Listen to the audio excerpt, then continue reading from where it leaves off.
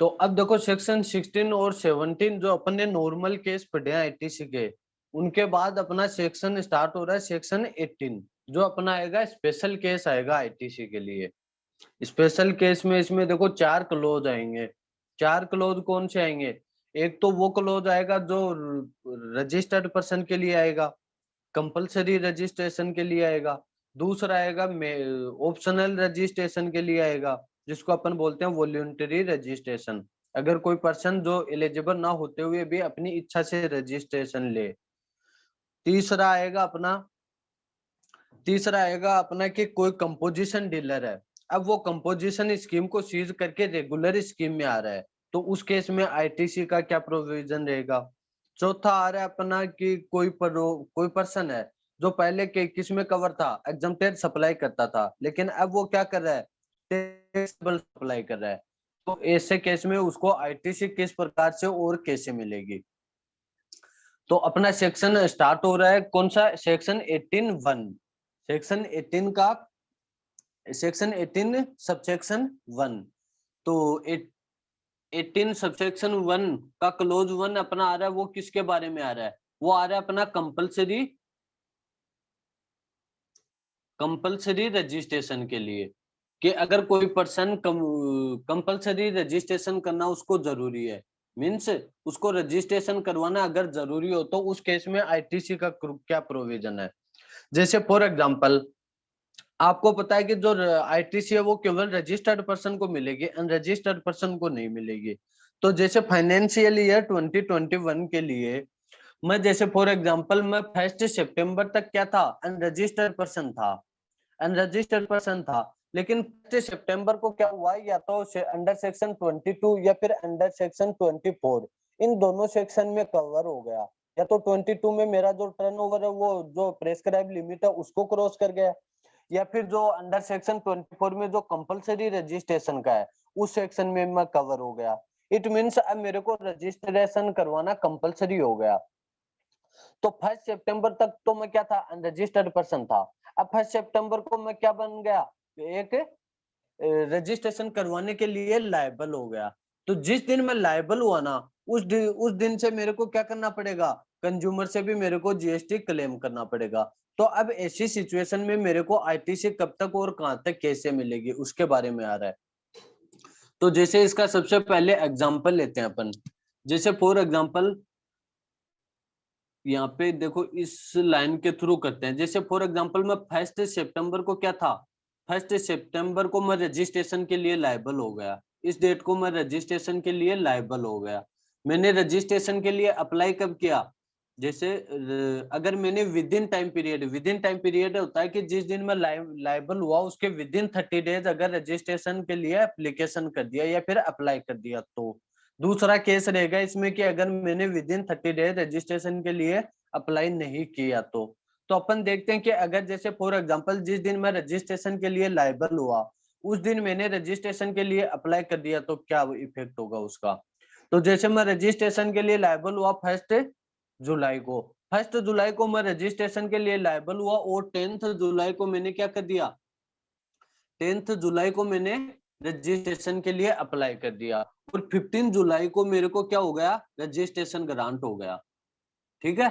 अब सबसे पहले तो ये देखेंगे कि मैं रजिस्ट्रेशन के लिए लायबल कब हुआ, 1 जुलाई को तो मैं रजिस्ट्रेशन के लिए लायबल हुआ। मैंने रजिस्ट्रेशन के लिए अप्लाई कब किया, 10 जुलाई को मैंने रजिस्ट्रेशन के लिए अप्लाई कर दिया। It means with in 30 days जिस दिन मैं रजिस्ट्रेशन के लिए लायबल हुआ उसके विद इन 30 डेज मैंने रजिस्ट्रेशन के लिए अप्लाई कर दिया, किया या नहीं किया। Yes 1 sir. जुलाई को रजिस्ट्रेशन के लिए लायबल हुआ और 10 जुलाई को मैंने रजिस्ट्रेशन के लिए अप्लाई कर दिया, तो मैंने 30 दिन के विद इन रजिस्ट्रेशन के लिए अप्लाई कर दिया, टाइम पीरियड मैंने रजिस्ट्रेशन के लिए अप्लाई कर दिया। अब मेरे को जो रजिस्ट्रेशन मिला वो रजिस्ट्रेशन मेरे को कब मिला, 15 जुलाई को मेरे को रजिस्ट्रेशन मिल गया। रजिस्ट्रेशन यहाँ पे तो मेरे को रजिस्ट्रेशन ग्रांट हो गया और यहाँ पे मैंने रजिस्ट्रेशन के लिए क्या किया, अप्लाई किया है।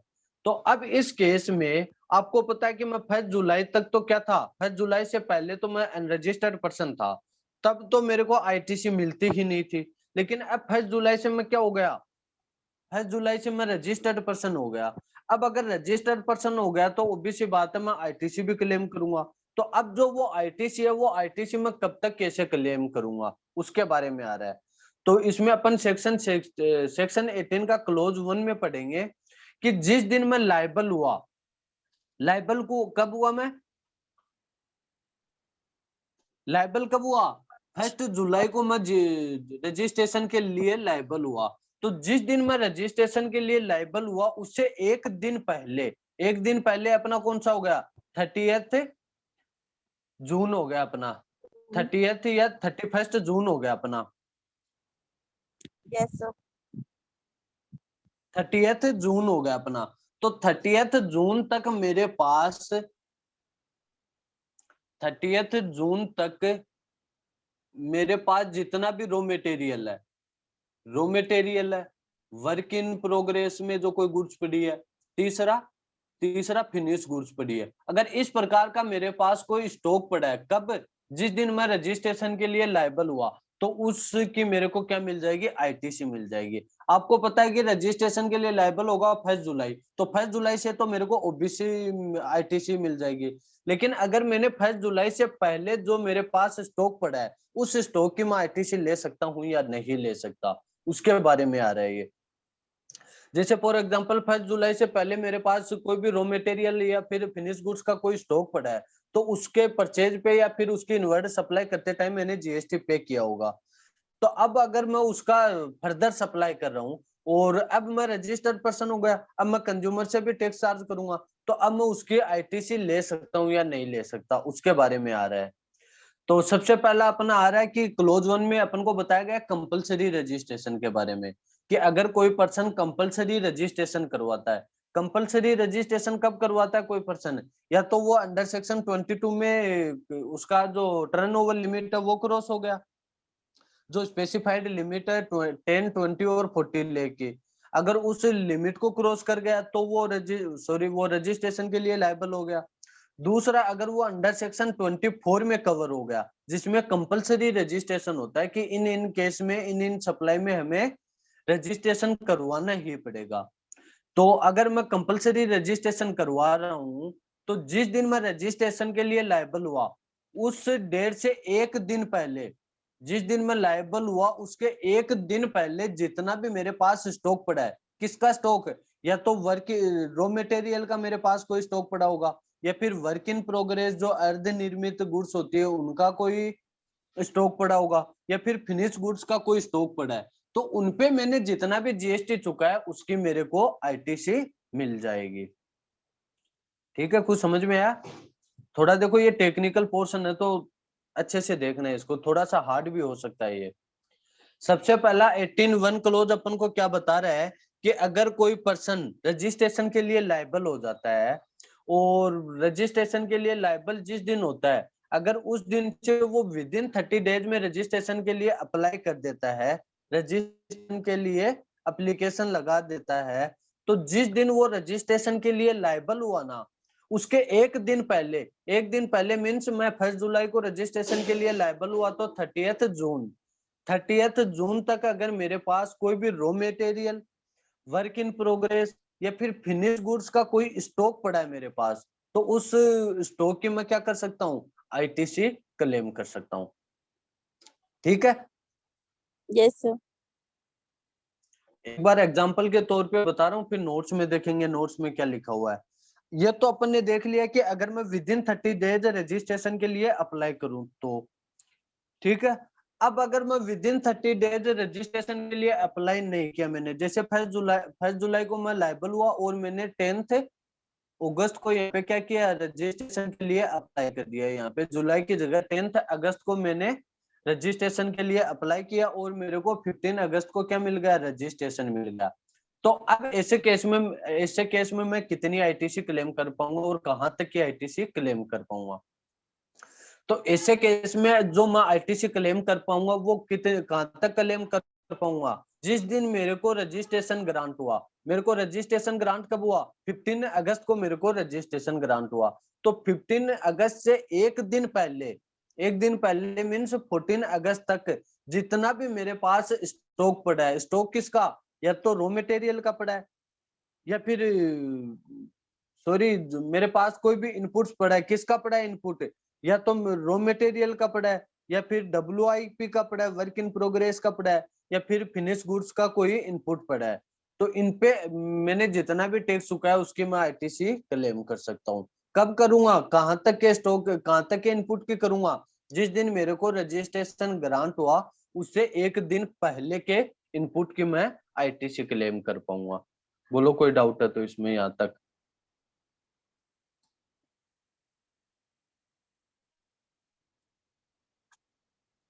नहीं इसमें सर। देखो सिंपल सा पढ़ा है अपन ने कि अगर कोई सेक्शन 18 का जो सबसेक्शन 1 है, सबसेक्शन 1 का क्लोज 1, क्लोज ए क्या बोलता है मैं, कि अगर कोई पर्सन रजिस्ट्रेशन के लिए लायबल हो गया और लायबल होने से अगर उसने विद इन 30 डेज में रजिस्ट्रेशन के लिए अप्लाई कर दिया, तो ऐसे केस में जिस दिन वो लायबल हुआ ना उससे एक दिन पहले देख लेना, एक दिन पहले लायबल कब हुआ मैं, जैसे 1 जुलाई को मैं लायबल हुआ, तो उससे एक दिन पहला कौन सा हो गया अपना, एक दिन पहले हो गया अपना 30 जून। तो 30 जून तक अगर मेरे पास कोई भी इनपुट्स पड़ा है, इनपुट कौन सा, या तो रॉ मटेरियल के रूप में कोई इनपुट पड़ा है, या WIP के रूप में पड़ा है, वर्क इन प्रोग्रेस के रूप में, या फिर फिनिश गुड्स के रूप में कोई भी इनपुट पड़ा है, तो इन इनपुट पे मैं क्या कर सकता हूँ, ITC क्लेम कर सकता हूँ, ITC ले सकता हूँ। कब ले सकता हूँ, कि जी अगर मैंने जो रजिस्ट्रेशन करवाया है वो विद इन 30 डेज अगर एप्लीकेशन कर दिया तो मैं कब तक ले पाऊंगा, जिस दिन मैं लायबल हुआ उसके एक दिन पहले तक के इनपुट्स की ले पाऊंगा।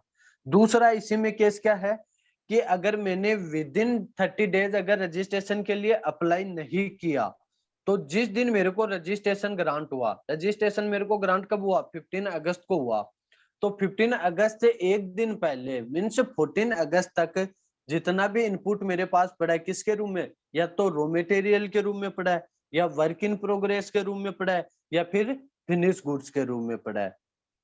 ठीक है, अगर इनके रूम में मेरे पास कोई भी इनपुट पड़ा है तो उस पे मैं क्या क्लेम कर सकता हूँ, ITC क्लेम कर सकता हूँ।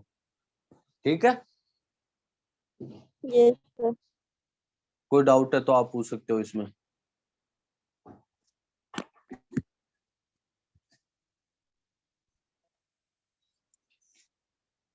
सो बस यही है कि जो भी जब भी वो लाइबल होगा रजिस्ट्रेशन के लिए तो उसे एक हफ्ते का देखेंगे, वहां से उसको ITC क्लेम होगा, है ना। हाँ बिल्कुल, जिस दिन वो लायबल हुआ इसमें दो चीजें अपन को देखनी पड़ेगी, कि एक तो वो लायबल हुआ, और जिस दिन वो लायबल हुआ उसके विद इन 30 डेज उसने रजिस्ट्रेशन के लिए अप्लाई किया है या नहीं किया। अगर विद इन 30 डेज उसने रजिस्ट्रेशन के लिए अप्लाई कर दिया,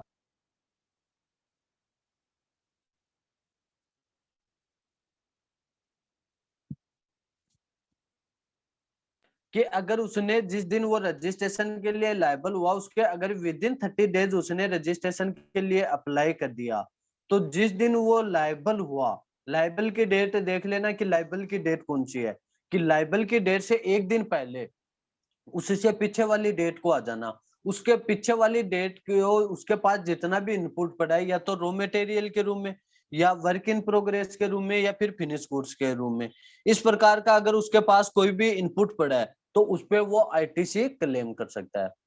फर्स्ट सिचुएशन तो ये हो गई।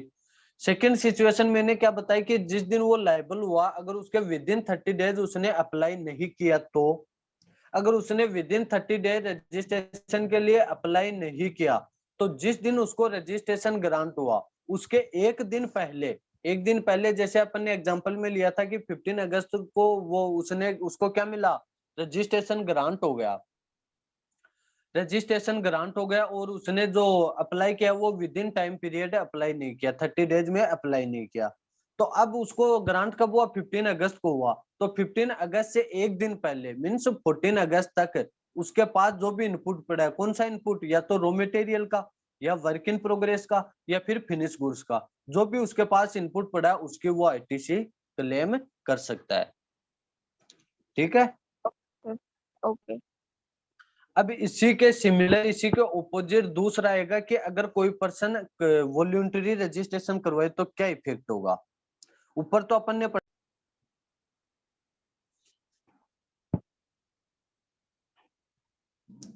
तो अब देखो अपना क्लोज आ रहा है बी, सेक्शन 18 सबसेक्शन 1 का क्लोज बी आ रहा है। क्लोज 1 ए में तो अपन ने क्या पढ़ा कि अगर कोई पर्सन वो कंपलसरी रजिस्ट्रेशन ले, मतलब वो रजिस्ट्रेशन के लिए रजिस्ट्रेशन लेना उसको जरूरी हो, तो उस सिचुएशन में क्या होगा।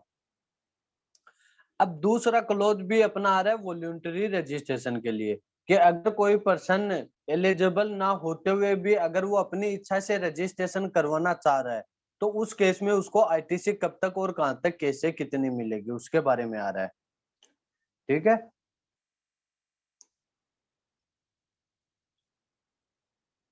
हेलो। यस।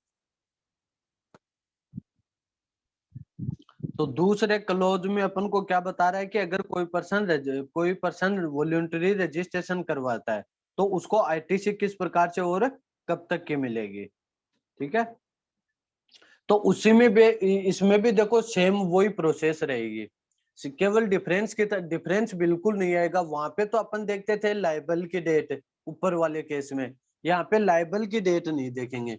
जैसे फॉर एग्जांपल, जैसे प्रीवियस फाइनेंशियल ईयर 2021 में मैं रजिस्ट्रेशन के लिए लाइबल नहीं हूँ, और मैंने जैसे 1 जुलाई को क्या किया, जैसे 1 जुलाई को मैंने रजिस्ट्रेशन वॉलंटरी रजिस्ट्रेशन के लिए अप्लाई कर दिया। कब? 1 जुलाई को मैंने वॉलंटरी रजिस्ट्रेशन के लिए अप्लाई किया। मेरे को जो रजिस्ट्रेशन मिला वो रजिस्ट्रेशन 1 जुलाई को मैंने अप्लाई किया, और मेरे को जैसे फॉर एग्जांपल 20 जुलाई को मेरे को क्या मिल रहा है, रजिस्ट्रेशन ग्रांट हो रहा है। 1 जुलाई को तो मैंने वॉलंटरी रजिस्ट्रेशन के लिए क्या किया, रजिस्ट्रेशन के लिए अप्लाई किया, और दूसरे केस में 20 जुलाई को मेरे को क्या हो रहा है, रजिस्ट्रेशन ग्रांट हो रहा है। तो अब इस केस में आपको पता है कि 1 जुलाई से पहले तो मैं रजिस्टर था ही नहीं, तो मेरे को वैसे ही आईटीसी नहीं मिलती थी। लेकिन अब 1 जुलाई को भी मैं क्या करवा रहा हूँ, वॉलंटरी रजिस्ट्रेशन करवा रहा हूँ।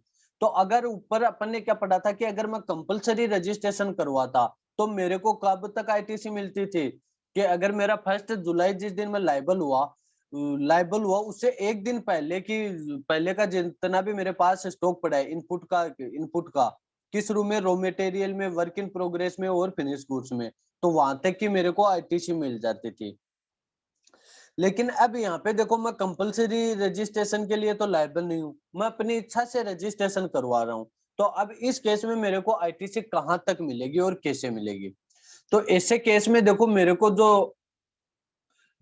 को जो आईटीसी मिलेगी वॉलंटरी रजिस्ट्रेशन के केस में, जिस दिन मैं रजिस्ट्रेशन मेरे को ग्रांट हुआ, रजिस्ट्रेशन जिस दिन मेरे को ग्रांट हुआ उससे एक दिन पहले मेरे पास जितना भी इनपुट पड़ा है, इनपुट किस रूम में पड़ा है, या तो वर्क इन प्रोग्रेस के रूम में पड़ा है,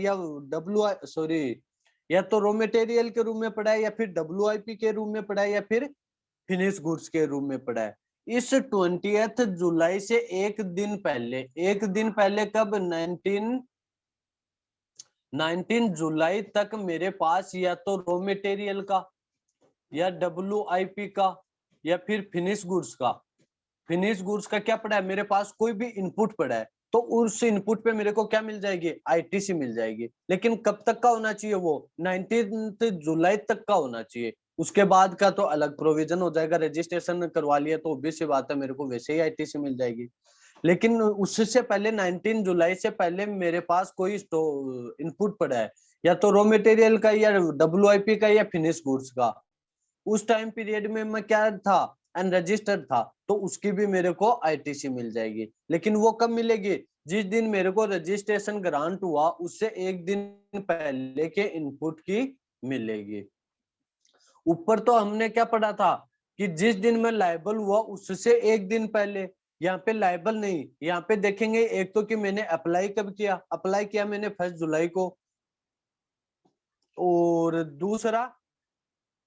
दूसरा कि मेरे को रजिस्ट्रेशन कब ग्रांट हुआ, रजिस्ट्रेशन मेरे को ग्रांट हुआ 20 जुलाई को। तो 20 जुलाई से एक दिन पहले मतलब 19 जुलाई तक मेरे पास जितना भी इनपुट पड़ा है, इनपुट किस रूम में, या तो रॉ मटेरियल के रूप में, या WIP के रूप में, या फिर वर्क फिनिश गुड्स के रूप में, जो भी इनपुट पड़ा है उसकी मेरे को ITC मिल जाएगी।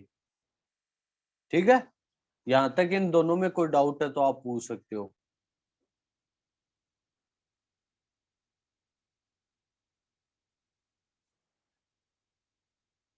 जैसे अब नोट्स में पढ़ते हैं कि नोट्स में क्या बताया गया है अपन को।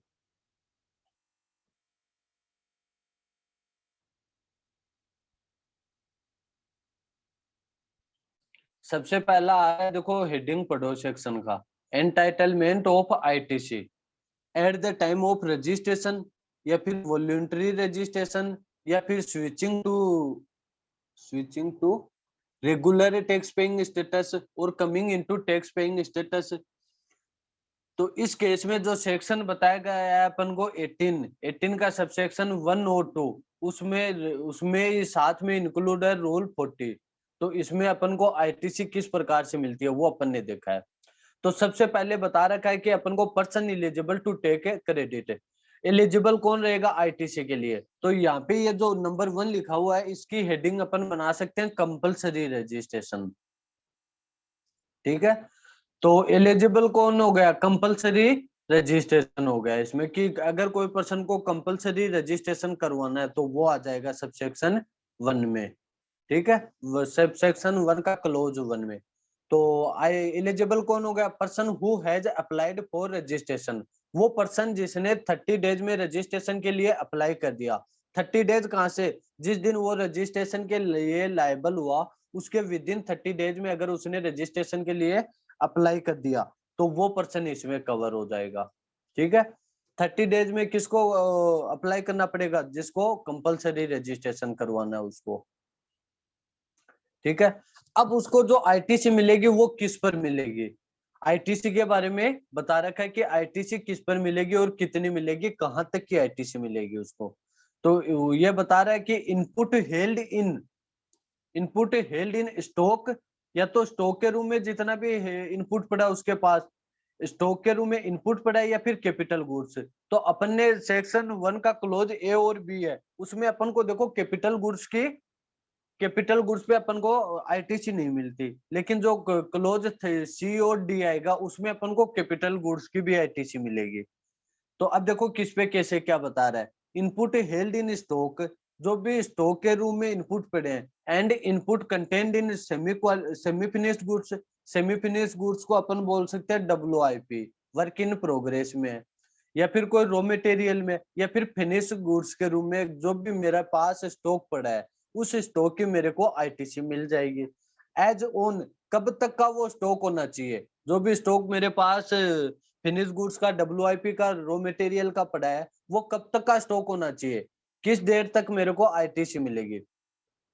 तो उसके बारे में बता रहा है द इमीडिएटली, मतलब just immediately preceding the date, उससे उस डेट से पीछे वाली date from which he become liable to pay tax. तो आपको मैंने प्रैक्टिकल एग्जांपल में क्या बताया था कि जिस दिन मैं लायबल हुआ उस लायबल की डेट से एक दिन पहले, जैसे 1 जुलाई को मैं लायबल हुआ तो उससे एक दिन पहले अपना कौन सा आ गया 30 जून। 30 जून तक अगर मेरे पास कोई भी raw material, work in progress या फिनिश गुड्स का कोई भी स्टॉक पड़ा है, इनपुट के रूम में कोई भी स्टॉक पड़ा है, तो उसकी मेरे को ITC मिल जाएगी। ठीक है, अब दूसरा देखो एक बता रहा है कंडीशन या रेस्ट्रिक्शन के बारे में बता रहा है। तो अब इसके बारे में जैसे मैं बेसिक बताऊं तो ये ही जो यहाँ पे प्रोविजन बता रहा हूँ, रेस्ट्रिक्शन, कंडीशन, ये चारों क्लोज पे एप्लीकेबल होगी। क्लोज A और B अपन ने पढ़ लिया, कंपलसरी और वॉलंटरी रजिस्ट्रेशन का, C और D पढ़ेंगे, तो ये उन चारों पे एप्लीकेबल होगी ये कंडीशन। तो यहीं पे अपन साथ में देख लेते हैं उनके लिए, कि अब अपने आपने ये तो पढ़ा कि जिस दिन मैं लायबल हुआ या फिर जिस दिन मेरे को रजिस्ट्रेशन ग्रांट हुआ उससे एक दिन पहले का जितना भी मेरा स्टॉक है उसकी मेरे को ITC मिल जाएगी। लेकिन वो स्टॉक कितना पुराना होना चाहिए, हो सकता है मेरे पास जो स्टॉक पड़ा है वो 1 साल पुराना हो सकता है वो स्टॉक मेरे पास पड़ा है वो 2 साल पुराना हो सकता है 3 साल पुराना हो। तो कितने पुराने स्टॉक की मैं ITC क्लेम कर सकता हूँ उसके बारे में बता रहा है। तो ये देखो क्या बता रहा है, ITC to be availed within 1 year from the date of the issue of the tax invoice, by the supplier. Supplier के द्वारा जिस दिन टैक्स इनवॉइस इश्यू किया गया उससे उससे पीछे वाले एक साल के जितने भी इनवॉइस हैं उन इनवॉइस की मेरे को क्या मिल जाएगी, आईटीसी मिल जाएगी। जैसे फॉर एग्जांपल मैं लाइबल कब हुआ, मैं लाइबल तो हुआ 1 जुलाई को। लाइबल कब हुआ, 1 जुलाई को। अब 1 जुलाई से मैं क्या करूंगा, जो भी मैं गुड्स बेचूंगा उसका टैक्स इनवॉइस दूंगा, तो यहाँ से मैं टैक्स इनवॉइस इश्यू करूंगा। तो 1 जुलाई से पीछे एक साल के पीछे 1 जुलाई 2020 ले लेते हैं अपन यहाँ पे। जैसे 1 जुलाई 20 को मैं क्या हो गया, रजिस्ट्रेशन के लिए लायबल हो गया, तो यहीं से मैं टैक्स इनवॉइस इश्यू करूंगा और कंज्यूमर से टैक्स चार्ज करूंगा। तो अब जिस दिन मैंने टैक्स इनवॉइस इश्यू करना स्टार्ट किया, कब स्टार्ट किया, 1 जुलाई को। तो 1 जुलाई से पीछे वाले एक साल, पीछे वाला एक साल कौन हो गया अपना, 1 जुलाई 1 जुलाई अपना हो गया 19, 1 जुलाई 19 टू 1 जुलाई 20।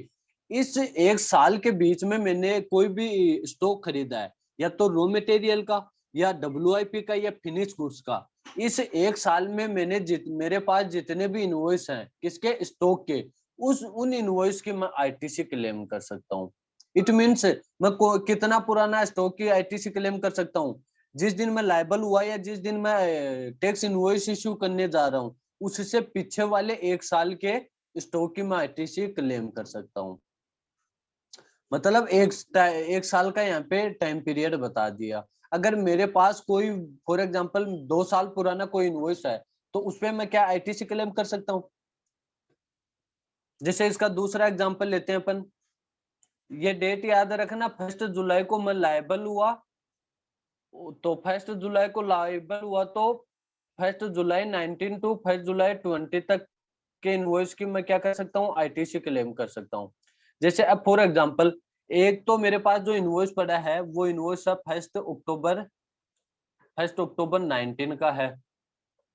एक मेरे पास पास है 10 जुलाई 19 का है। एक मेरे पास जो इनवॉइस है वो है 1 अप्रैल 19 का है।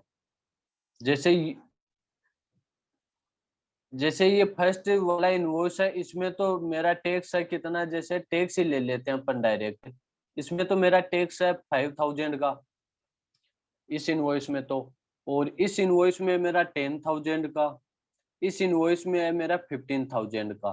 तो अब बताओ ये जो मैंने टैक्स बताया 5, 10, 15, इनमें से मैं कितने टैक्स की आईटीसी क्लेम कर पाऊंगा, बताओ।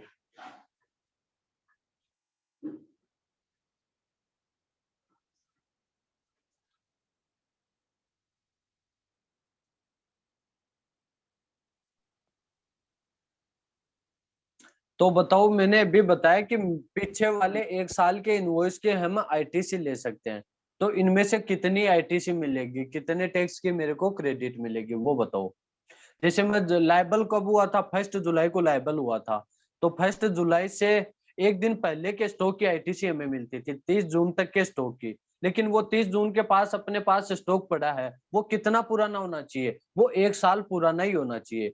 अगर एक साल तक के इनवॉइस का स्टॉक है वो, तो मेरे को आईटीसी मिल जाएगी, अदरवाइज एक साल से पुराना वो पुराने इनवॉइस का स्टॉक है तो मेरे को आईटीसी नहीं मिलेगी। तो यहाँ पे देखो 30 जून 20 तक के स्टॉक की मेरे को आईटीसी मिलेगी, लेकिन एक साल कहाँ से अपन काउंट करेंगे, 30 जून 20 से काउंट करेंगे, 30 जून 19 से काउंट करेंगे।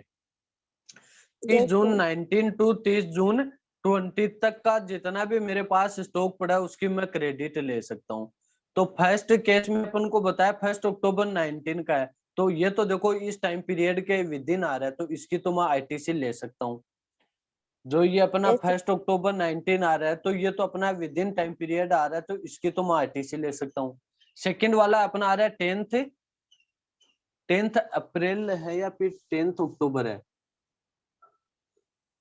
सर 10th अक्टूबर है। ये दोनों, ये अक्टूबर में ही हो गया क्या, तो इसको अपन कर लेते हैं कि जैसे 10th जुलाई कर लेते हैं इसको। ये मेरा जो इनवॉइस है वो 10th जुलाई का है, तो 10th जुलाई का है, इट मीन्स ये भी मेरा विद इन टाइम पीरियड में कवर हो रहा है। अपन को काउंट कहाँ से करना है, 30 जून 19 से 30 जून 20 तक। इसकी भी मेरे को आईटीसी मिल जाएगी। लेकिन अब देखो थर्ड सिचुएशन में, थर्ड जो मेरा इनवॉइस है वो कब का है, वो 1 अप्रैल 19 का है। तो अपन को जो आईटीसी मिलेगी वो कहाँ तक मिलेगी, वो 30 जून 19 से लेकर मिलेगी। तो ये जो इनवॉइस है वो मेरा 30 जून से पुराना है, तो इस इनवॉइस की मेरे को आईटीसी नहीं मिलेगी। है समझ में? Yes sir. कोई डाउट है तो पूछ सकते हो आप, अच्छा किसी को भी कोई डाउट है तो आप पूछ सकते हो।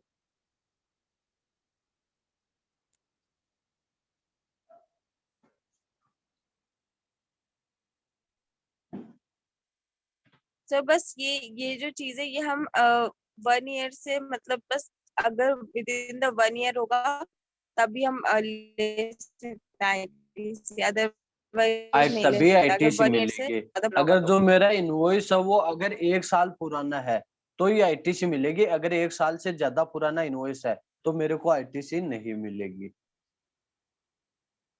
Yes sir okay. ये चारों जो अपन चारों क्लोज पढ़ेंगे उन सब में ये ही प्रोविजन अप्लीकेबल होगा। तो यहाँ पे मैंने आपको विद एग्जांपल बता दिया है, चारों में याद रखना ये। Yes sir. तो कंपल क्लोज 1 जो अपन ने कंपलसरी रजिस्ट्रेशन का पढ़ा है, इसमें कोई डाउट है? नहीं सर, बट सर जो हम वॉलेंट्री पढ़ रहे हैं सर, वॉलेंट्री रजिस्ट्रेशन कोई क्यों लेगा, खुद से ही लायबल हो जाएगा जीएसटी पे करने के लिए सर। अरे वॉलंटरी रजिस्ट्रेशन कोई अपनी इच्छा के अनुसार ले सकता है। जैसे मैं कोई बड़े बड़े कॉन्ट्रैक्ट डील करता हूँ, तो बड़े बड़े कॉन्ट्रैक्ट डील करने के लिए मेरे पास रजिस्ट्रेशन होना जरूरी है। अगर मैं कोई भी बड़े कॉन्ट्रैक्ट लेने जा रहा हूँ, तो कॉन्ट्रैक्टर जो कॉन्ट्रैक्ट देने वाला है वो मेरे को कॉन्ट्रैक्ट कब देगा, जब मैं रजिस्टर्ड रहूंगा तभी वो मेरे को कॉन्ट्रैक्ट देगा, अदरवाइज नहीं देगा। तो जो बड़े बड़े कॉन्ट्रैक्ट होते हैं उनको हैंडल करने के लिए रजिस्ट्रेशन करवाया जाता है, या फिर कोई पर्सन अपनी इच्छा बेस से भी करवा सकता है। वॉलंटरी का मतलब हो गया ऐच्छिक, अपनी इच्छा से रजिस्ट्रेशन करवाना। तो अगर मेरे को अच्छा लगा तो मैं रजिस्ट्रेशन करवा सकता हूँ। Okay sir. ठीक है। अब दूसरा अपन ने क्लोज बी में पढ़ा था वॉलंटरी रजिस्ट्रेशन के लिए। तो देखो जितना मैंने आपको विद एग्जांपल प्रैक्टिकल बताया था वैसे ही लिखा है क्या। तो सबसे पहले तो एलिजिबल कौन बता रहा है, person who is not required to registered, person जिसको रजिस्ट्रेशन की जरूरत तो नहीं है लेकिन बट ओबटेन वॉलंटरी रजिस्ट्रेशन, लेकिन वो वॉलंटरी रजिस्ट्रेशन ले रहा है। उसको वैसे लायबल तो नहीं है वो रजिस्ट्रेशन के लिए, लेकिन फिर भी वो अपनी इच्छा से रजिस्ट्रेशन करवा रहा है। तो उसको आईटीसी कितनी कैसे क्या मिलेगी वो देखो। तो ये बता रहा है कि उसने इनपुट जो भी हेल्ड कर रखा है स्टॉक के रूम में, या तो वो कौन सा है रॉ मटेरियल के रूम में, या फिर डब्ल्यूआईपी या सेमी फिनिश गुड्स है, या फिर फिनिश गुड्स है। इन प्रकार का अगर उसने स्टॉक हेल्ड कर रखा है तो उस स्टॉक की उसको आईटीसी मिल जाएगी। कब तक का स्टॉक होना चाहिए, किस प्रकार का स्टॉक होना चाहिए, कब तक उसको आईटीसी मिलेगी, जिस दिन उसको रजिस्ट्रेशन ग्रांट हुआ, that day immediately preceding the date of registration, registration grant, जिस दिन उस पर्सन को रजिस्ट्रेशन ग्रांट हुआ उससे एक दिन पहले। जैसे फॉर एग्जांपल में अपन ने लिया था कि 15 जुलाई को मुझे रजिस्ट्रेशन ग्रांट हुआ, तो 15 जुलाई से पहले एक दिन पहले 14 जुलाई तक, 14 जुलाई तक जितना भी मेरे पास रॉ मटेरियल या फिनिश गुड्स का जो भी मेरे पास स्टॉक पड़ा है उसकी मेरे को आईटीसी मिल जाएगी। ठीक है।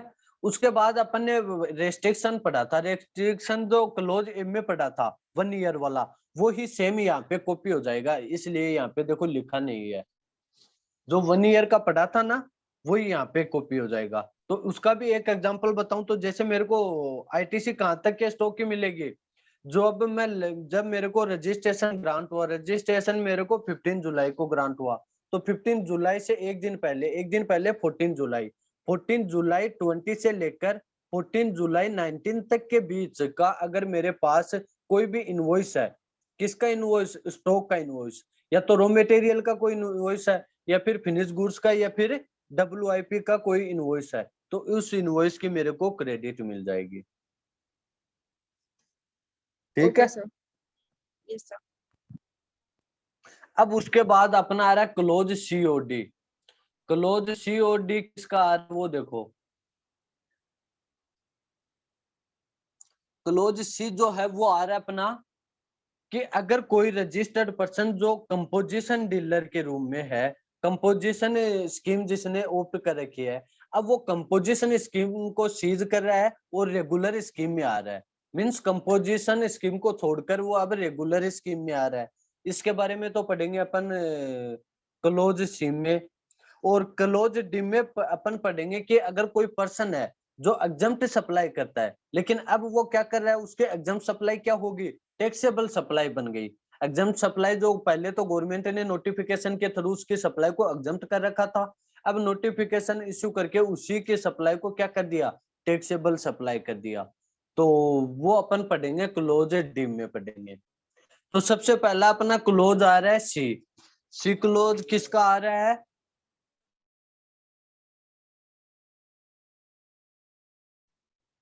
कॉम्पोजिशन।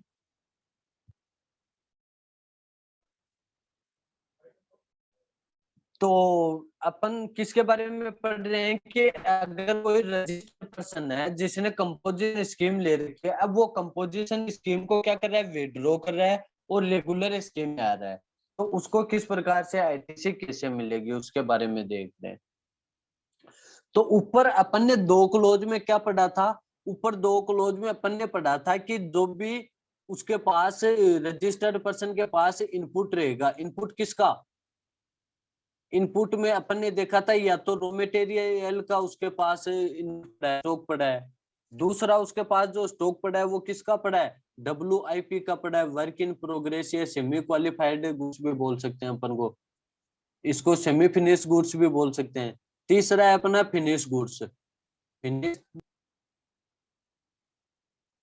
देखो हम बात कर रहे थे थर्ड क्लोज की, सेक्शन 18 सबसेक्शन 1 का जो क्लोज 3 है उसकी बात कर रहे थे कि अगर कोई रजिस्टर्ड पर्सन जो जिसने कंपोजिशन स्कीम को ओप्ट कर रखा था, अब वो कंपोजिशन स्कीम से किस में आ रहा है, वो रेगुलर स्कीम में आ रहा है, अपनी नॉर्मल स्कीम में आ रहा है।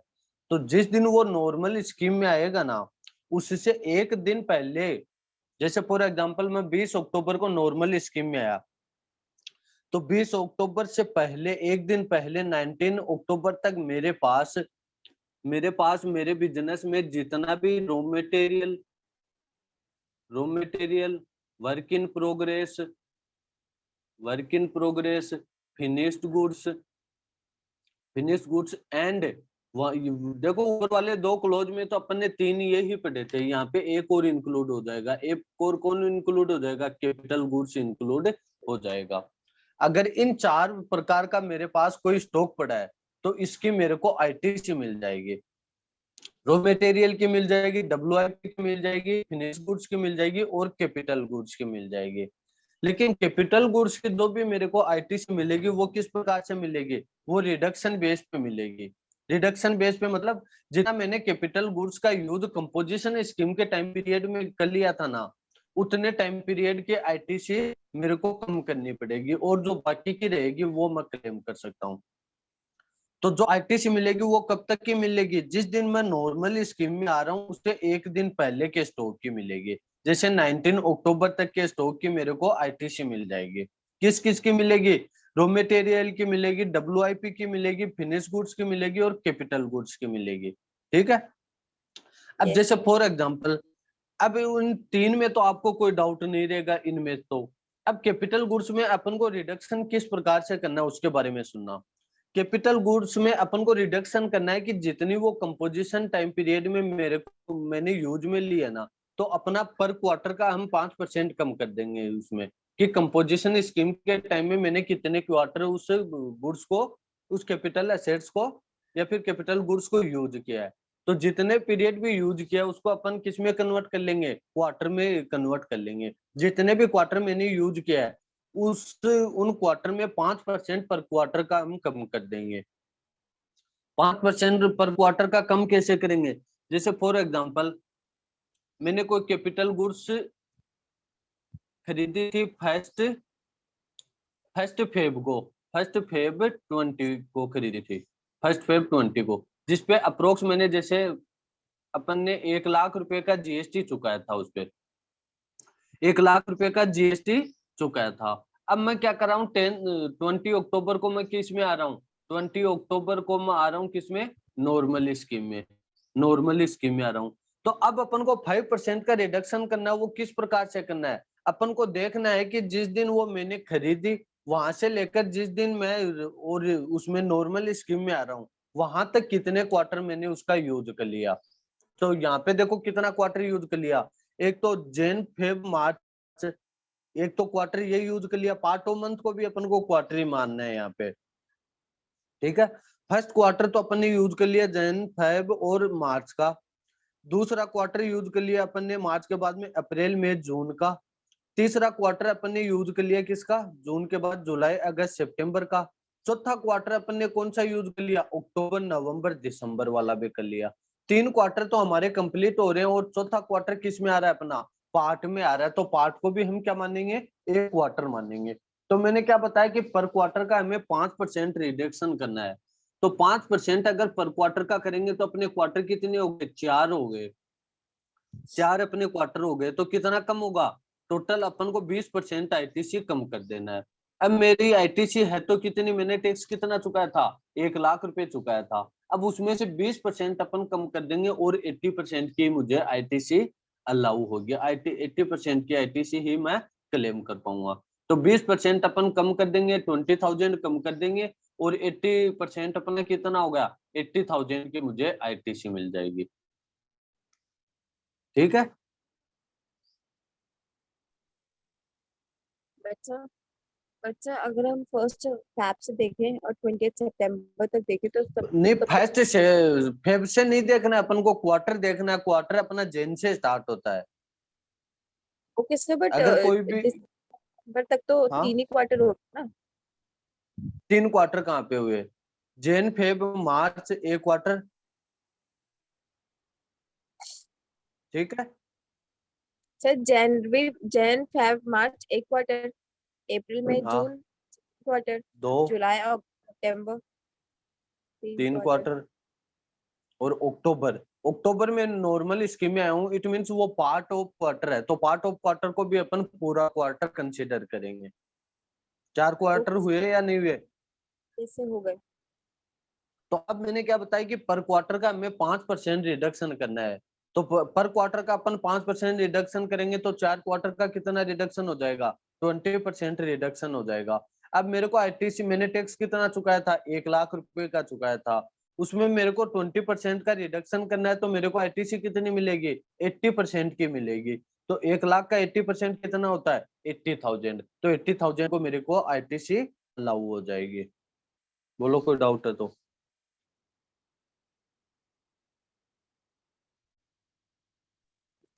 सर उसके पार्ट ऑफ बाद द क्वार्टर हाँ जी बोलिए। 1 क्वार्टर मानेंगे, है ना।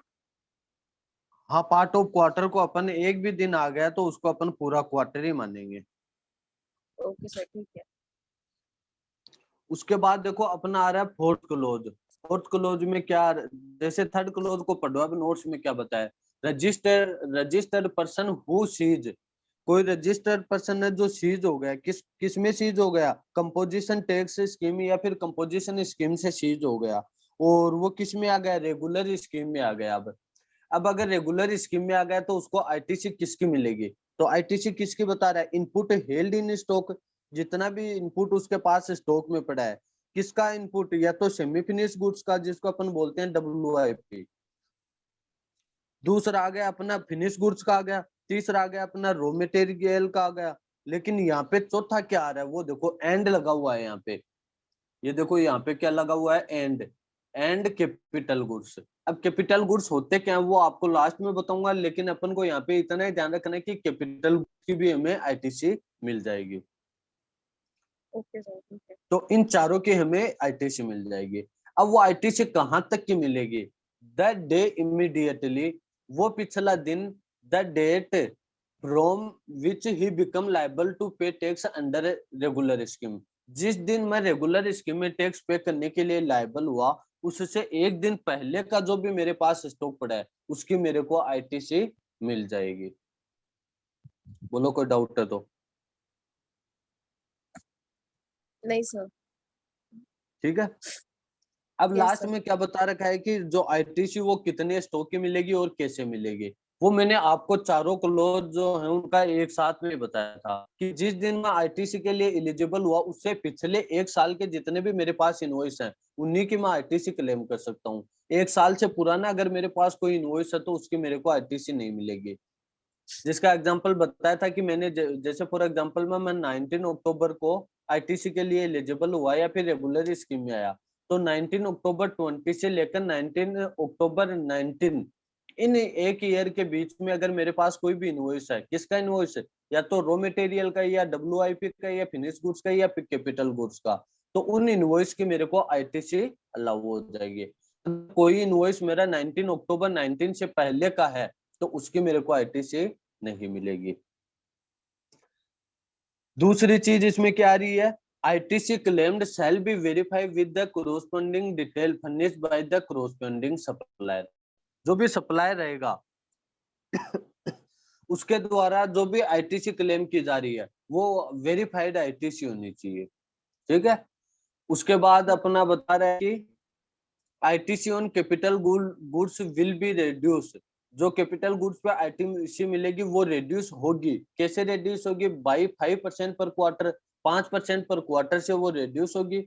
ऑफ ए ईयर और पार्ट ऑफ द ईयर, एक ईयर में जितने क्वार्टर होते हैं उन क्वार्टर में से जितने कंप्लीट हैं या फिर जितने पार्ट ऑफ क्वार्टर आ रहा है तो उसको पार्ट ऑफ क्वार्टर को अपन को क्या कंसीडर करना है, पूरा क्वार्टर कंसीडर के करके उसको 5% कम कर देना है। Yes sir. नीचे लिखा हुआ है ITC to be availed within 1 year from the date of the issue of tax invoice by the supplier. जिस दिन मैं टैक्स इनवॉइस इश्यू करूंगा, टैक्स इनवॉइस कब इश्यू करूंगा, 19 अक्टूबर 20 से मैं क्या कर दूंगा, सॉरी 20 अक्टूबर से मैं टैक्स इनवॉइस इश्यू कर दूंगा।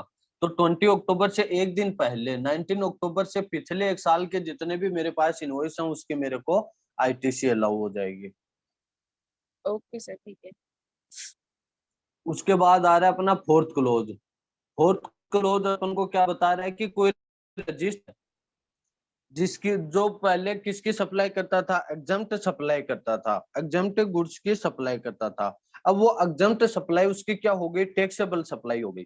ठीक है। अगर टैक्सेबल सप्लाई हो गई तो ऑब्वियस सी बात है कि एग्जम्प्ट सप्लाई की कंडीशन में तो मेरे को कोई भी आईटीसी नहीं मिलती थी, कोई भी मेरे को टैक्स नहीं देना पड़ता था। लेकिन अब मेरी टैक्सेबल सप्लाई हो गई तो मेरे को क्या करना पड़ेगा, टैक्स भी चार्ज करना पड़ेगा और गवर्नमेंट को भी पे करना पड़ेगा। तो अब मेरे को अगर मैंने कोई भी, तो अब इस प्रकार के केस में मेरे को आईटीसी जो होगी वो किस प्रकार से कैसे मिलेगी उसके बारे में आ रहा है।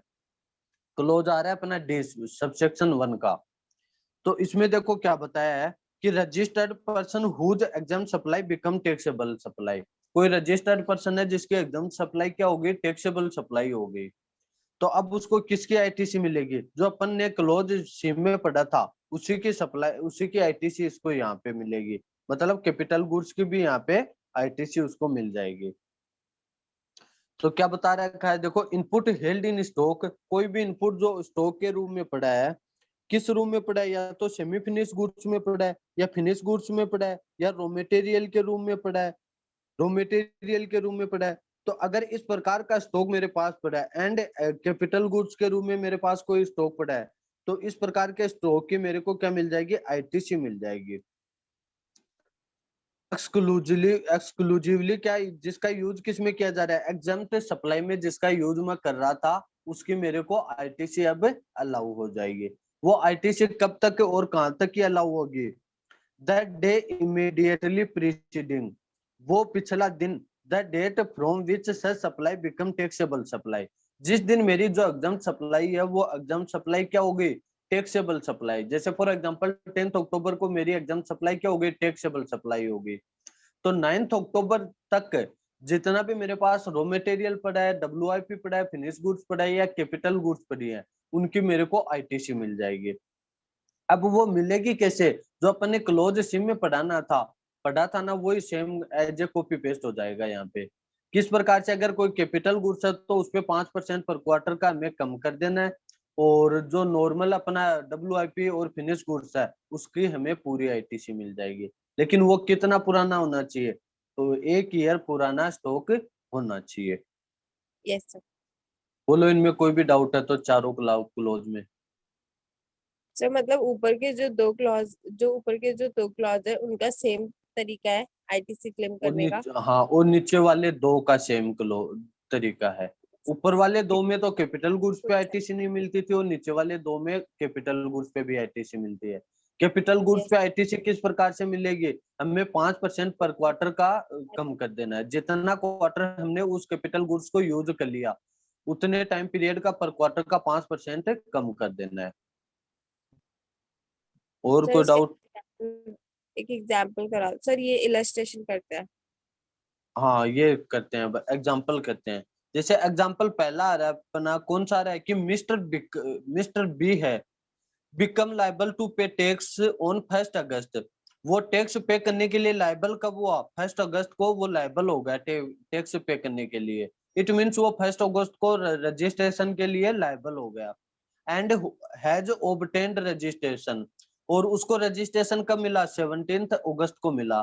तो सबसे पहले तो ये चेक करो कि इसने रजिस्ट्रेशन विद इन 30 डेज करवाया या नहीं करवाया। सर कराया है।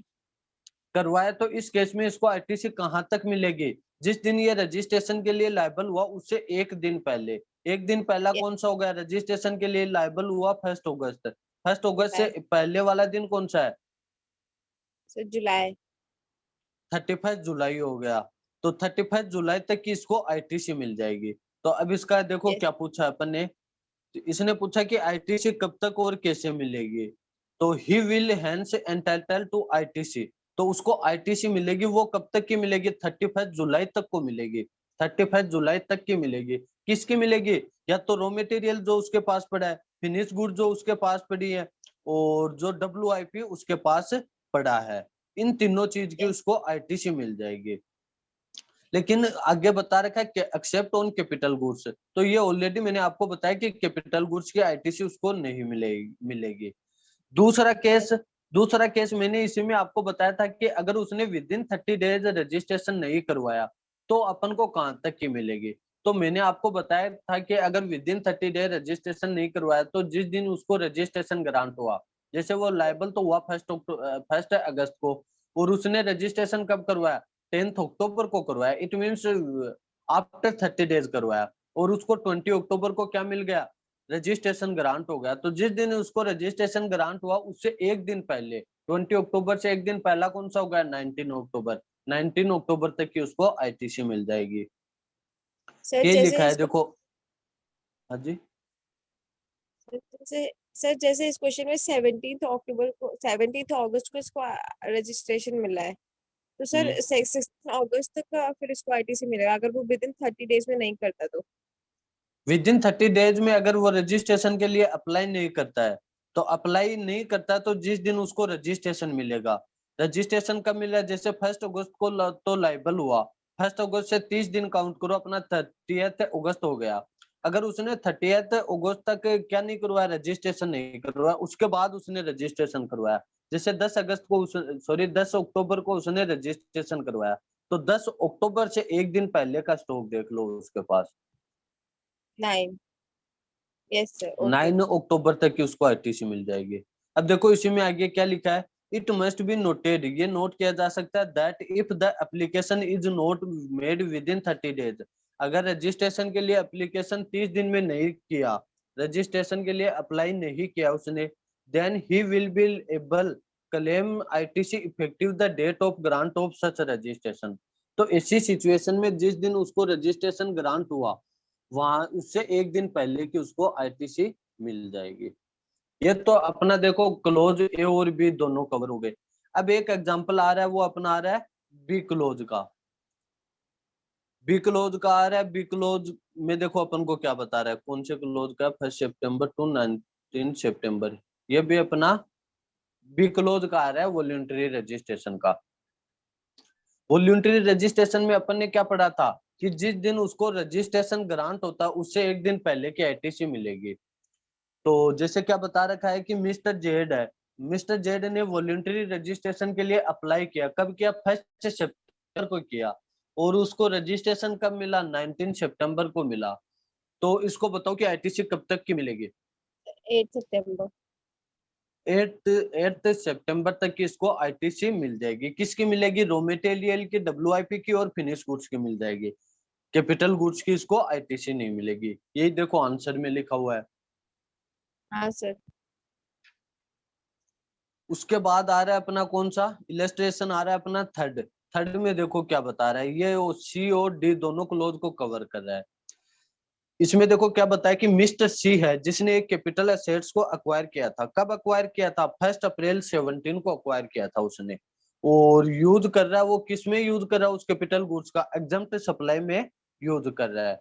लेकिन अब नवंबर 18 में क्या हो गया? नवंबर 18 में उसकी जो एग्जम्प्ट सप्लाई थी वो क्या हो गई? टैक्सेबल सप्लाई हो गई। ठीक है ना? ठीक है। Yes sir. अब उसके के बाद आगे क्या बता रखा है कि जो कॉस्ट है एसेट्स की वो कितनी बता रखी है? 2.5 लाख रुपए बता रखी है अपन को, 250,000 बता रखी है। जिसपे इसने टैक्स कितना, जीएसटी कितना पे किया होगा? 18% जीएसटी पे किया होगा। 2.5 लाख का 18% सबसे तो जीएसटी निकालो, जीएसटी कितना आता है? 20,000, 50, 50, 50, 45,000 अपना जीएसटी आएगा इसमें। इसमें अपना जीएसटी कितना है? 2.5 लाख का 18% अपना जीएसटी आ गया 45,000 रुपये, 45,000 जीएसटी आ गया। लेकिन अब देखो अपन को इसमें मैंने कैपिटल गुड्स के कंडीशन में मैंने बताया था कि 5% से अपन को कम करना पड़ता है। अब वो कम कितना पीरियड का अपन करेंगे? जितना अपन ने एग्जाम सप्लाई के केस में जितना यूज कर लिया, कितना यूज कर लिया? 1 सितंबर को उसने अगर वो असेट्स खरीदी और लाइबल कब हुआ वो टैक्सेबल के लिए? 1 नवंबर को। नवंबर में वो लाइबल हुआ। तो 1 अप्रैल से लेकर नवंबर तक काउंट कर लो कितने क्वार्टर कवर हो रहे हैं। तो सबसे पहले 17 में कितने कवर हो गए? 17 में जैन, फेब, मार्च। मार्च वाला तो कवर नहीं हो रहा है, उसने खरीदा अप्रैल में। ठीक है ना? तो 17 के तो 3 क्वार्टर अब कंसिडर करेंगे अपन। अप्रैल, मई, जून, जुलाई, अगस्त, सितंबर, अक्टूबर, नवंबर, दिसंबर। 3 क्वार्टर तो अपने हो गए किसके? 17 ईयर के हो गए। और 18 में कितने क्वार्टर हो गए? 18 में क्वार्टर आ गए अपने 4 क्वार्टर कैसे आ गए? अक्टूबर सितंबर तक तो आ गए अपने 3 क्वार्टर। सितंबर के बाद में अक्टूबर, नवंबर, दिसंबर। ये टैक्सेबल सप्लाई कब बनी? इसकी नवंबर में बनी। It means part of quarter cover हो रहा है, तो इसको भी अपन पूरा क्वार्टर कंसीडर करेंगे। तो 4 क्वार्टर आ गए अपने 18 ईयर में। तो टोटल क्वार्टर कितने हो गए? 7 क्वार्टर हो गए। 7 क्वार्टर का एक क्वार्टर का 5% कम करेंगे तो टोटल कितना कम करेंगे? 35% कम करेंगे अपन। 7 क्वार्टर का 35% कम करेंगे। तो 35% अगर अपन कम कर देंगे तो हमें आईटीसी कितनी मिलेगी? 65% की मिलेगी। तो 45,000 का 65% निकाल लो। 45,000 का 65,000 निकालो कितना आ रहा है?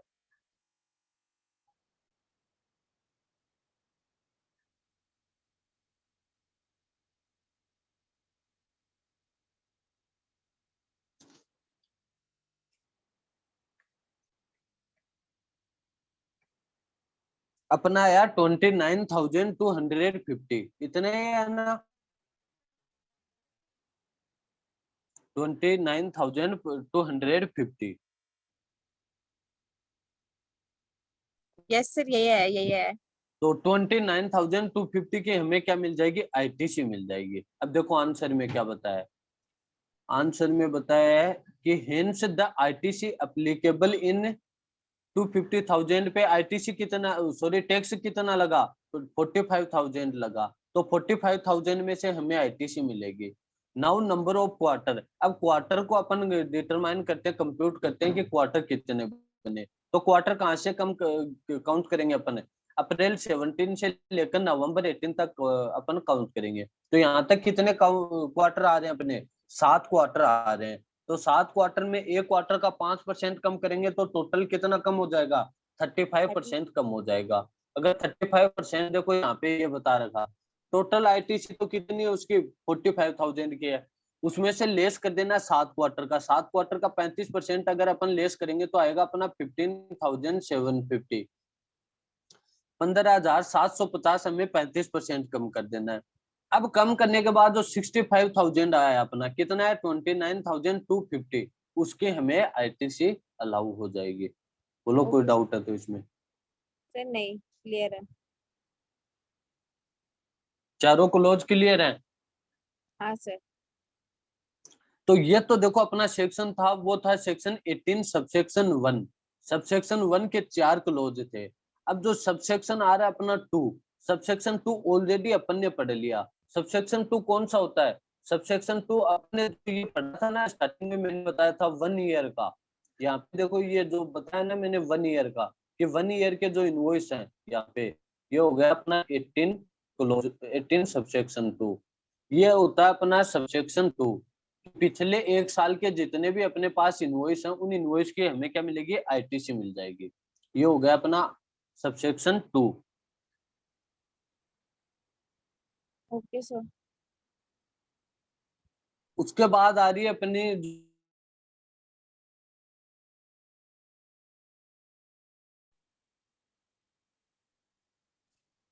सबसेक्शन आ रहा है अपना 18(3). 18(3) कहाँ पे है? देखो इसमें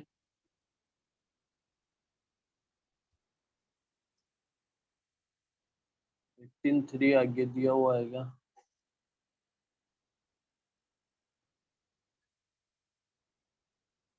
ये देखो 18(3) अपना यहाँ पे दिया हुआ है। तो अब 18(3) में देखो अपन को क्या बताया वो भी देख लो, थोड़ा सा बता देता हूँ इसमें भी। 18(3) में अपन को बताया कि अगर मेरा जो बिजनेस है, उस बिजनेस का क्या हो जाए, या तो कोई मर्जर हो जाए, या उस बिजनेस को मैं सेल कर दूं, डिमर्जर हो जाए, अमलगमेशन हो जाए।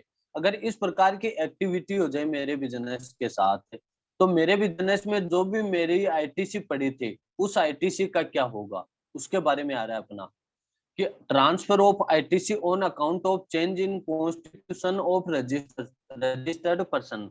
अगर जो रजिस्टर्ड पर्सन है उसका कॉन्स्टिट्यूशन में चेंज हो गया, कॉन्स्टिट्यूशन का मतलब कि अब उसका बिजनेस उसने या तो सेल कर दिया, या मर्जर कर दिया, या डिमर्जर हो गया, या फिर अमलगमेशन हो गया। इस प्रकार का कुछ कॉन्स्टिट्यूशन में अगर चेंज हुआ है, तो अपन को आईटीसी किस प्रकार से क्या करना, उसके बारे में बता रहा है। तो देखो क्या बता रहा है, where there is a change in the constitution of a registered person on account of. अगर रजिस्टर्ड पर्सन के कॉन्स्टिट्यूशन में कोई चेंज हो जाता है, किस प्रकार से होता है चेंज?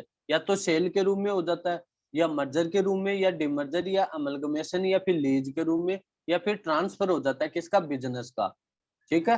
तो इसी सिचुएशन में अपन क्या करेंगे, with the specific provision for transfer of liability the said registered person shall be allowed to transfer ITC। तो इस केस में अपन को बता रखा है कि सेल मर्जर की कंडीशन में जिसको भी मैंने अपना बिजनेस बेचा है, इस केस में अपना एक तो होगा ट्रांसफरर। ट्रांसफरर कौन होगा? जैसे मैं हो गया, मैं अपना बिजनेस बेच रहा हूँ, तो एक होगा ट्रांसफरी जिसको मैं बिजनेस बेच रहा हूँ। तो ये इस केस में क्या होगा कि ट्रांसफरर के पास जितनी भी आईटीसी पड़ी है, वो आईटीसी किसको कैरी फॉरवर्ड हो जाएगी? वो आईटीसी फॉरवर्ड हो जाएगी ट्रांसफरर को। कब हो जाएगी? जब